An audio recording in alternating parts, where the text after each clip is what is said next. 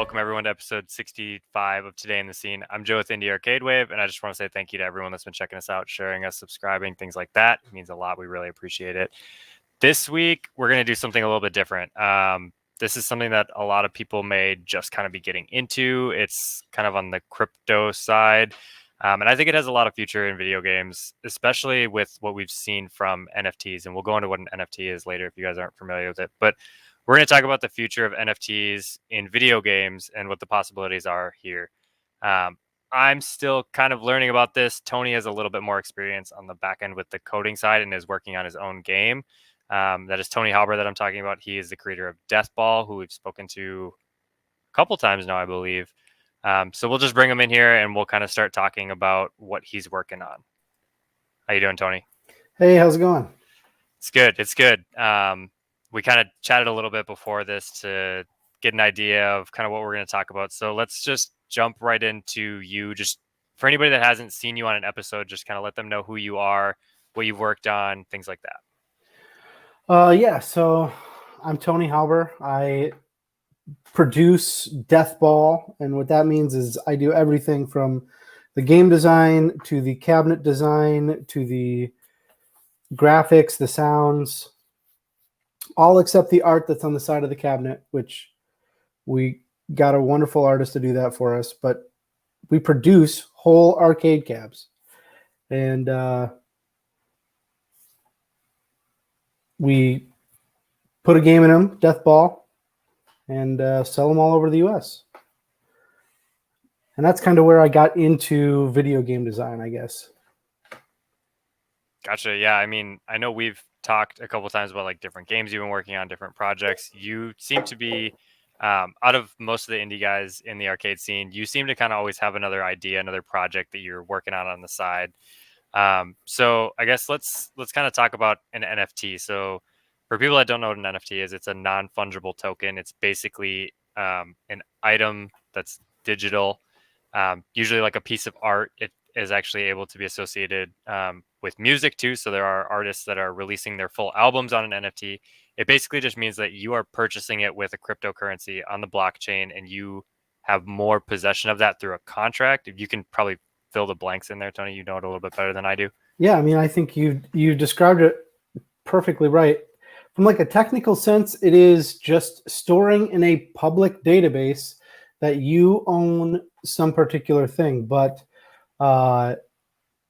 what it really boils down to, and I mean, like, even if it just were that, just like this digital receipt that everybody knew about, that alone would be valuable. But what we're really boiling it down to is digital property, like true digital ownership. Right. So let's talk a little bit about like what the craze is, like why people are so crazy about this, and how do you make an NFT? Like, how does that go about?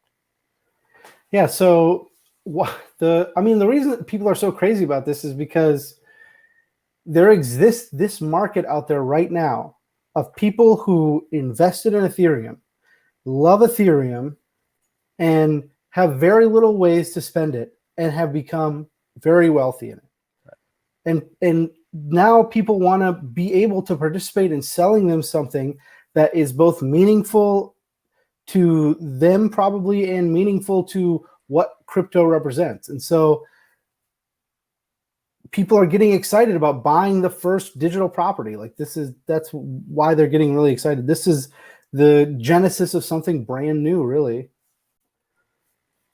Yeah, and we're seeing things pop up all over the place in the video game sphere. And I haven't looked into this a lot, but I believe it's called Decentraland, where you can actually buy real estate in this land, and they're big like mall companies and stuff buying up this property for hundreds of thousands of dollars to put in a virtual mall, which they believe in the future you will actually be able to go into with your virtual avatar and purchase products. So they see it as like the future of sales, essentially. Yeah. And there's things happening all over the place. I mean, cryptocurrencies kind of move banks out because you become your own bank. And with the music industry, you don't really need a publisher anymore because you can release the entire album right away.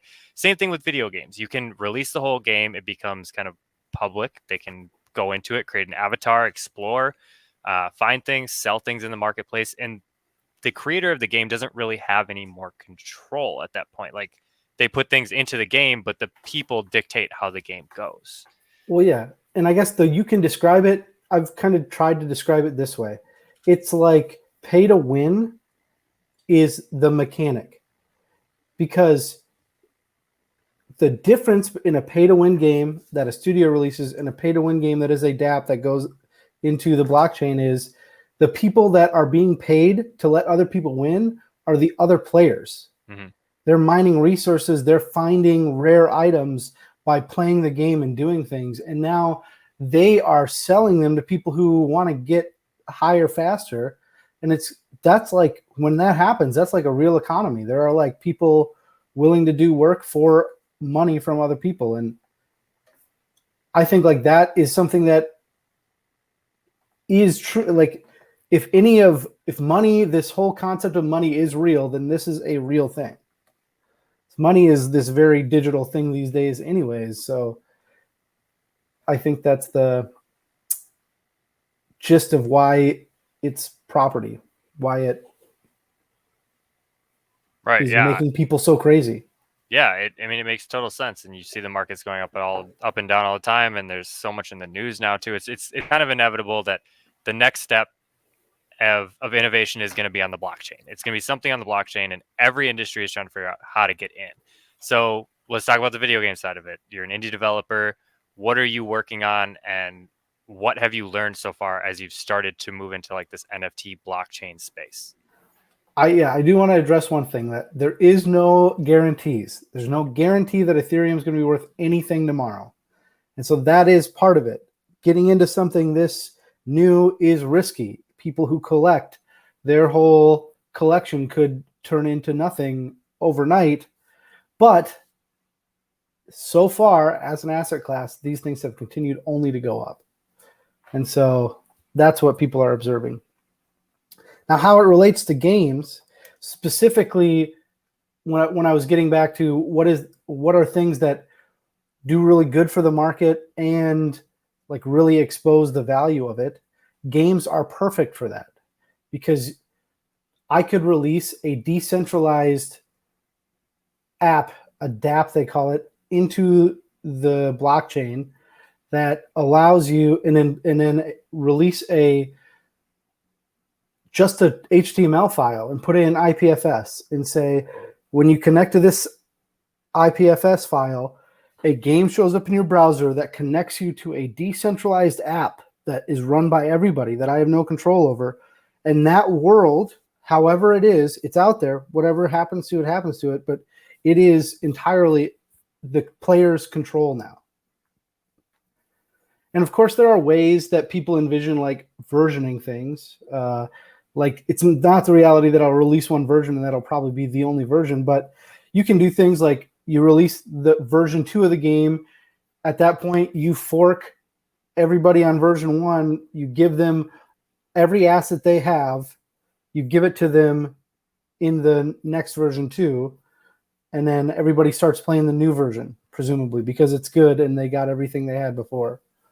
And there might be some weirdos that stick around and play the old versions and they become like cult classics for some reason, but that's dApps. They're kind of out of the developer's control after their release. So yeah, I think that's one of the coolest things about it is, I mean, just the fact that the players control everything at that point. The players have control of their own assets, their own characters, potentially houses, mounts. I mean, if you look at all these huge games like World of Warcraft and Fortnite and stuff, you buy your skins, right? But everybody else can buy it too. Now you might be able to buy a skin for a character and that's the only one. You have a one of one, or you have one that has a really rare variation and then it's worth real money. We'll call it real money because it could be Ethereum, it could be Solana, it could be Matic, Polygon, whatever you want it to be. Yep. So let's talk about some of the ideas that you have for this specific game and kind of your vision for how the game's going to unfold and what are you going to do in the game? Sure. So I guess the way that I kind of envision it is the game will be what I call the Nifty world. And it will be 10,000 plots. And we might add more plots later, but right now we're operating on the idea that there'll be 10,000 plots. Each of those plots being like so many pixels wide by so many pixels wide, and you get a little avatar and you can run around the world and you can buy a plot. And when you own a plot, you can mine the resources in that plot and you can turn those resources into buildings, or you can sell those resources, or you can turn your speculative market of buying resources and trading them into profit on its own and be like a market person inside the game. And the whole world, the rules will be set up and you'll just be operating inside this world. And hopefully an economy of a tiny scale, because we don't want anybody to get like crazy about the game, but we just want people to have fun with it, will exist, hopefully. Right. Yeah. I mean, that sounds cool. And I've found a whole bunch of games that are coming out.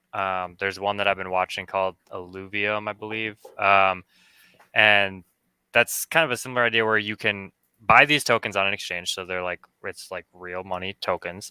And then you can use that as kind of like shares in stocks. So you obviously have like the board who get to make decisions. These people get to make decisions about the game before release. And you can buy NFTs outside of the game to bring to the game, but you can also earn them in game. Yeah. So it gives you the ability to either pay to play or to play for free and earn while you play. Yeah. And I think it's so hard to talk about because there's not a lot of feasible things that we can look at as resources right now because so many people are working on it. But I just feel like this is such a big future for indie developers because it gives you the ability to like really start profiting off your game right away. Yeah. And it gives you the flexibility to build it however you want and see how the world develops. I think we're going to learn some interesting things about resource management too, because like in the game I build, there's 10,000 plots. They have so much raw, which is the ERC20, which is an ERC20 is a Ethereum coin like Doge or any coin that meets a certain standard. So these raw will be ERC20, so they can be traded on all of the Ethereum exchanges that exist out there. But it'll have raw and you'll mine it. And then you can turn that raw into brick and you can turn that brick into building. And like, that means that every plot has only so much raw ever. So when they run out of raw, when they're all mined out, when the whole world is mined out, what is that going to do? That's going to create some kind of economic issue inside the game, and it'll be really interesting to see what happens. I mean, they make really interesting vehicles for economic experiment. Yeah, it's kind of like a social experiment to see what people would do at that point and with the time that they've invested and what they choose to do with this avatar and things like that. So kind of give us an idea of what it looks like on the back end for coding. Like, are you coding in like a certain language you're already using? Is this different working on the blockchain? How do you pick like what kind of coins, stuff like that? I guess this is where I've gone a little crazy. I kind of just want to make everything from the ground up. And I'm really close to that. Like I have a workflow where I create pixel art inside of Aseprite.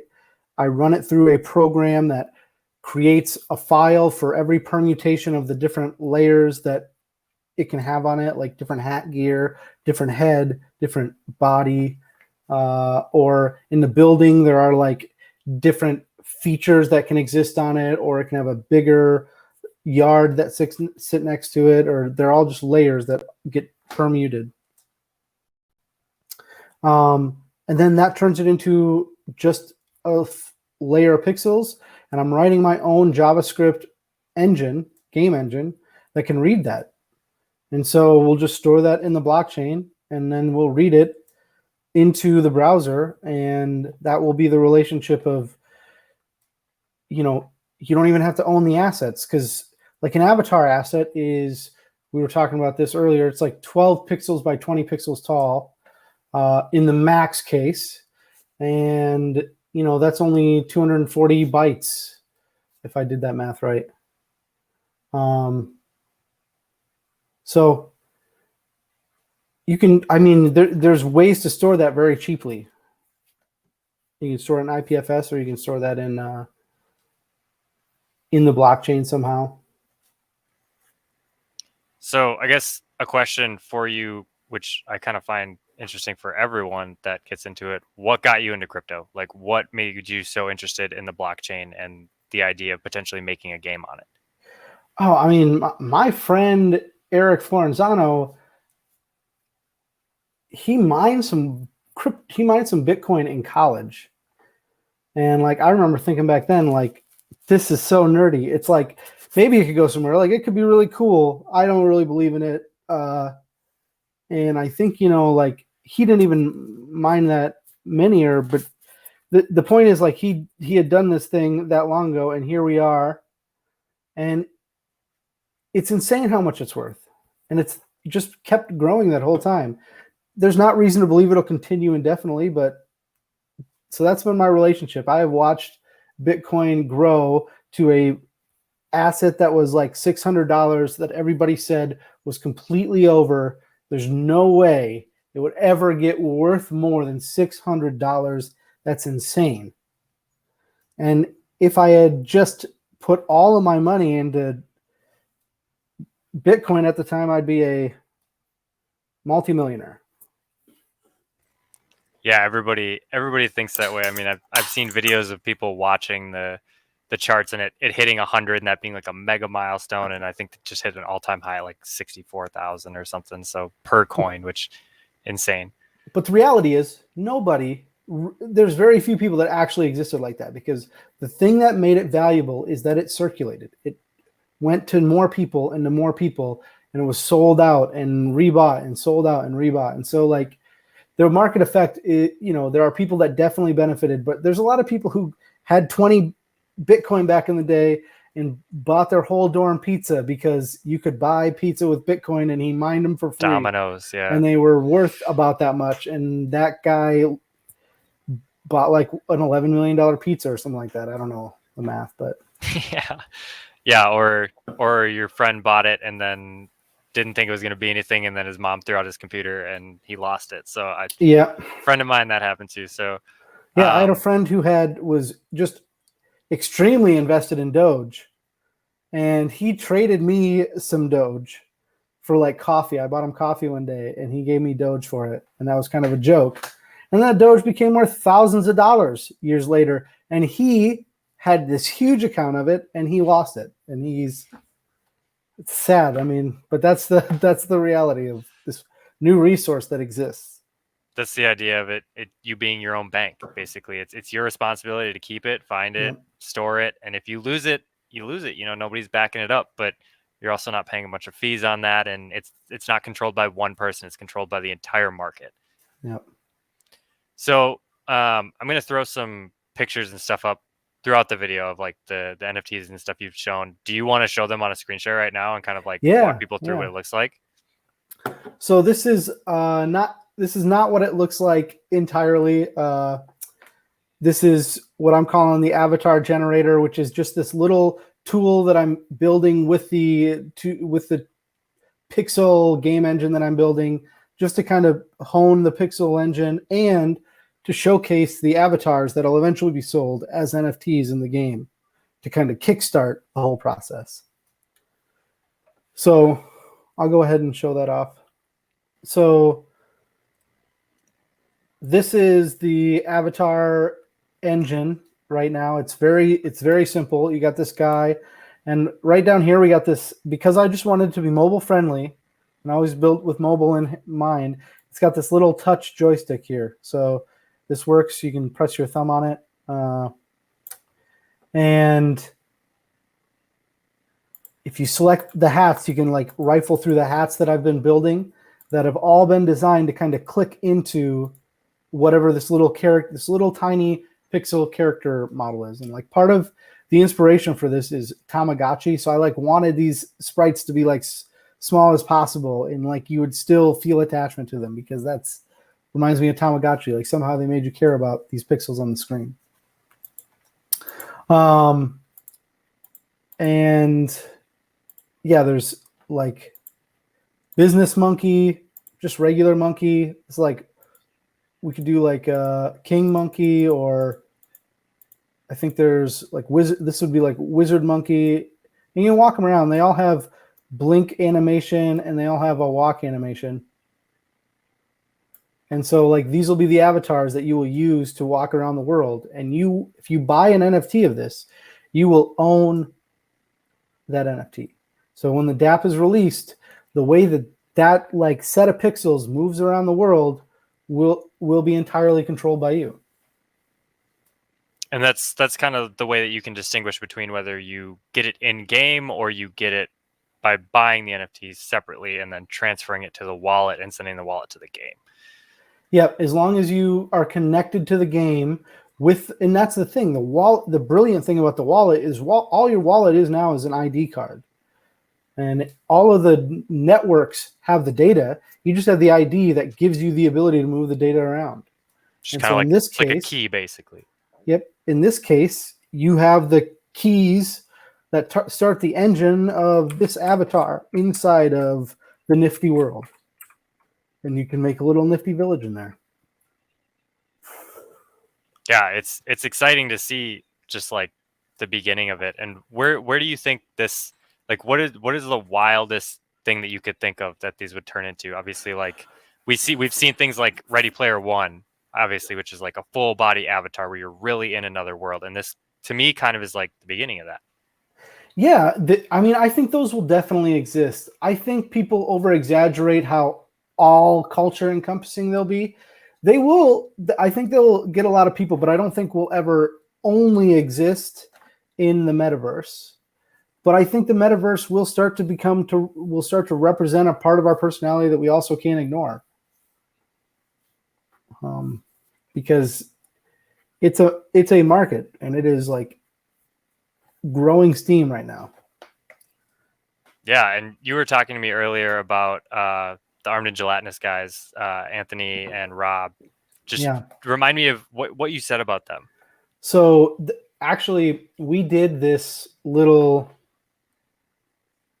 video meetup for all these indie devs of modern arcade, and the Armed and Gelatinous guys were there, and we were talking about stuff, and they were telling us about their Minecraft world, and we all got on Minecraft and we run around in their world. And they were telling us that, and they showed us their office. And like, we went inside and they're like, yeah, we come to this office every day. And even though we're miles apart working remotely, so we have this like presence in the office together. And I thought that was really important. And so like part of this is you will have a digital presence in the world. If your avatar is in one place, it is in one place. You won't be in multiple places at once. So you can be present somewhere, and all of these plots will have chat windows that are transient chat that hopefully will work on the Whisper network, and all of that will just exist for everybody that is verifiably in the same plot as you. You'll just be able to chat with each other via this text chat, and hopefully eventually voice chat, but I'm trying not to get ahead of myself. But in the metaverse, we're going to be wearing suits. We're going to be wearing suits soon. I don't know what it's going to look like, but I feel like it's coming, because I feel like anybody who's tried VR, they know that VR stuff is like, will make a believer out of anybody. You're a changed person after you use VR. Yeah, it is weird. Like you do feel so immersed, like you're really there. Yeah. I guess just to wrap everything up here, just kind of leave any thoughts that you have about the gaming industry here, or anything that you think about like the blockchain that you kind of hope to see one day. Yeah, I mean, the technology is very new, and like we don't know where it's going to go, and there is definitely a cost to this technology. There is, especially in the way that it consumes electricity, and there might be some thoughts about like the fact that it is entirely purely unregulated. That'll be an entirely new thing for society to like deal with. But I think like these are things that as society, like we should be working on. We should try to produce cleaner energy so we can produce new technology that has like verifiable, trustless cryptography. So I think, but we're working on a trade-off, and we definitely need to balance both sides of that trade-off. So, right. Yeah, and there's obviously so much more that we could talk about here, but it's just like it's so early to really know where this is going and what exactly to talk about. I just wanted to get you on here and kind of like set the idea for any indie developers that are watching these episodes right now to kind of like have that idea that this could be a future and this could be something that you could start working on right now. And it's surprisingly easier than you think. And if you need somebody to get in touch with on resources on how to start doing this stuff, it does not take long, and I'm happy to chat with you about it. So awesome. Well, I'm going to leave some links to some of your social medias in the description here so that people can get in touch with you. And I just want to say thanks for coming on here, Tony. Definitely interesting to start talking about like blockchain technology, video games, and using these cryptocurrencies to actually buy stuff in game. Or even, I mean, like you said, it could build an economy on its own, and you could be making money playing video games. Like it could be something of the future. Yeah. So, and hopefully, if I'm good at my job, it'll be fun. Yeah. And at the end of the day, that's all I care about. If I hit an NFT craze wave, that would be great. But I want to build a game that is legitimately fun to play and hang out with your friends in. So that's the goal. That's the goal. It's all we can hope for. And I'm excited to see where this goes and to give it a play and all that stuff in the future. But I just want to say again, thanks for coming on. And to anybody that's watching, we appreciate you watching. Don't forget to like, share, and subscribe. And until next time, peace.